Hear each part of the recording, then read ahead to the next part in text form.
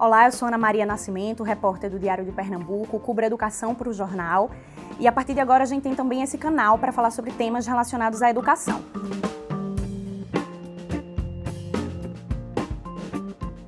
Nossa primeira entrevistada do programa é a Nanda Urias, que também é jornalista, mas é coach parental, autora de 2 livros e, por último, mas não menos importante, mãe de Lara e Alice. Olá, Nanda, tudo bom? Tudo, obrigada pelo convite. É muito importante, né, a gente ter esse canal para poder falar sobre parentalidade e sobre as mudanças que têm acontecido de um tempo para cá na educação dos nossos filhos. E aí esse termo parentalidade é uma coisa que a gente tem ouvido muito nos últimos tempos, mas que nem todo mundo entende o que significa. O que é parentalidade para você? O que é esse conceito? Como é que você definiria? O conceito de parentalidade, ele é nada mais, nada menos do que a criação do próprio filho, né? A criação de uma forma geral, aquilo que a gente ensina para o nosso filho, a educação que a gente está dando para ele, os valores que a gente deixa, né, nos nossos filhos através da nossa criação. E hoje tem sido uma febre, as pessoas estão falando cada vez mais sobre parentalidade, porque sim, a gente está discutindo a educação dos nossos filhos. E eu acho isso assim, todo mundo sai ganhando. Quando a gente começa a falar sobre educação, como a gente começa a questionar a forma como os nossos pais nos criaram, a forma como os avós hoje interferem na criação dos netos, né? Porque eles fazem essa ponte, eles são essa rede de apoio na maioria das famílias.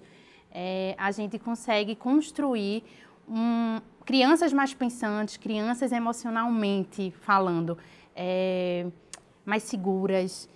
E a gente começa a mudar realmente a nossa sociedade. E aí, eu vejo um pouco da seguinte forma, é como se a gente estudasse muito para tudo que a gente faz na vida, para a nossa profissão, enfim, faz os cursos, mas dificilmente a pessoa estuda para ser pai ou para ser mãe. É um pouco disso também, você, enfim, estuda, se debruça em conteúdos que vão te ajudar a criar teu filho. É muito isso. Eu tenho até um texto que eu postei recentemente nas redes sociais, que eu falo justamente sobre isso. A gente gasta horrores de tempo na nossa vida para estudar, para ser um bom profissional, para chegar até o topo da carreira, seja numa multinacional, numa grande empresa, ou a gente almeja algo muito grande. Com os nossos filhos, a gente acha que só o amor e só o carinho é o suficiente, quando na verdade não é, né? O nosso filho, ele demanda da gente muito mais do que amor e do que carinho. Só o amor e o carinho não é, assim, é muito importante ter, óbvio, mas a gente precisa ter muito mais. E quando a gente tem hoje a consciência de que o estudo da parentalidade e o estudo das nossas relações humanas com os nossos filhos podem fazer a diferença na vida dele, por que a gente não está gastando tempo com isso?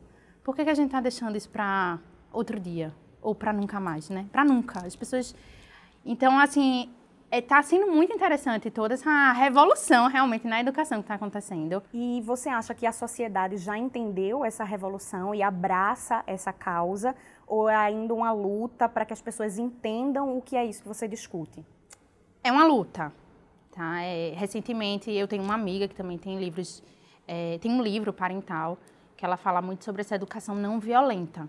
E aí ela recentemente teve em Fátima Bernardes e eu não assisti, mas pelos comentários, até ela me falou depois, que foi assim, foi triste, porque era ela falando sobre a importância de não bater no filho e as pessoas, né, os outros convidados dizendo, mas eu bati, continuo batendo e vou bater para sempre, porque tem muita gente que quer discutir sobre e tem muita gente que diz, eu fui criado dessa forma, não morri, estou aqui desse jeito e vou continuar agindo da mesma forma. Não quer, de fato, refletir, né, sobre a importância que a educação parental pode e as mudanças que a educação parental pode trazer para a vida da sociedade, principalmente do próprio filho. Essa coisa do tempo que você falou, pais com tempo cada vez mais escasso, como é que se dribla isso? O importante é ter mais tempo para os filhos ou a qualidade do tempo é o que importa mais? Mais uma vez eu vou usar a minha própria experiência.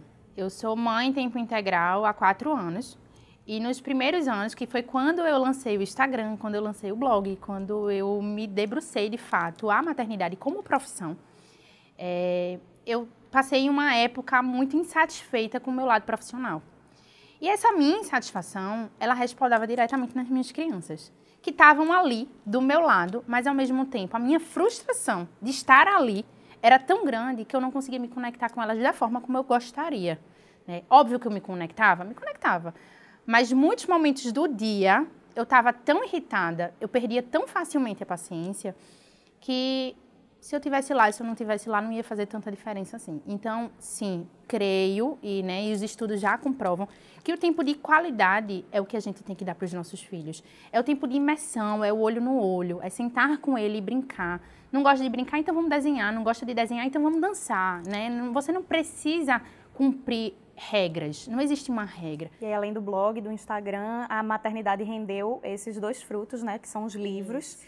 Me fala um pouquinho desses livros, o que eles tratam, enfim. Então, o primeiro livro, ele nasceu num momento de insatisfação.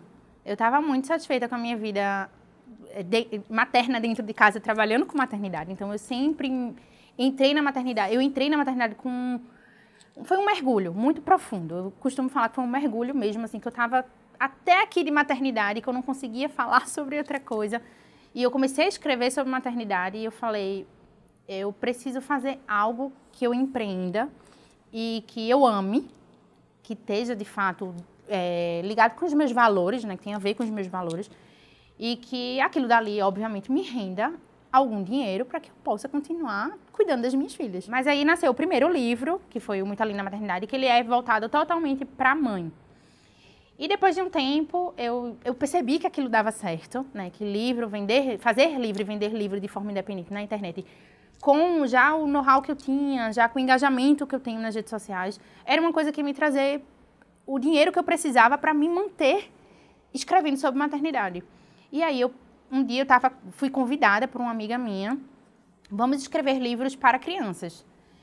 E eu pensei, mas livro para criança, eu não sei nem contar história para as minhas filhas. Quando eu vou contar a história, sai tudo troncho, assim, elas amam, mas sai tudo troncho, então como é que eu vou botar isso num livro? E eu não queria, de fato, fazer um livro por fazer.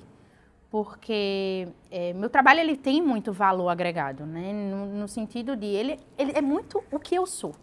E eu pensei, eu preciso colocar o coach parental para jogo. Né? Eu amo isso, eu amo falar sobre educação. E aí eu convidei uma amiga minha que é psicóloga infantil, que ela assina o segundo, deixa eu só te mostrar aqui, o primeiro pedaço do livro, ele fala sobre as emoções voltadas para a criança, tá? Aí aqui a gente fala sobre alegria, tristeza, amor. É muito lindo, assim, um livro muito ciúme, que é muito importante. São lindas, a gente fez, assim, esse livro, eu sou apaixonada por ele. E aí, o segundo momento do livro, a gente fala diretamente para os pais. E aí, esse é o grande pulo do gato, né? Porque as pessoas, elas querem ensinar para o filho, mas a gente quer ensinar para a família inteira. Ele foi planejado e sonhado pelo que eu gostaria de ter tido.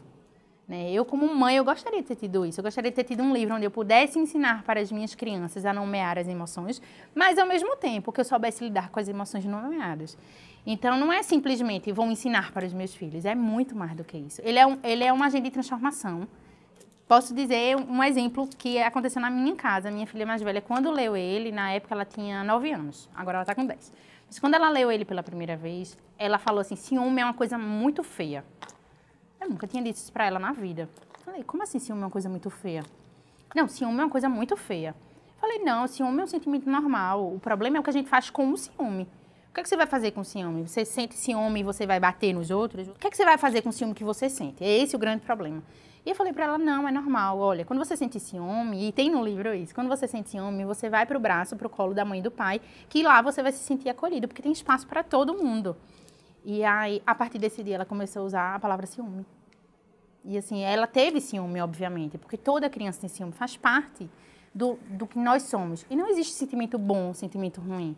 E no livro a gente fala muito sobre isso. Não existe um sentimento bom, não existe um sentimento ruim. Todos são sentimentos e todos fazem parte daquilo que nós somos.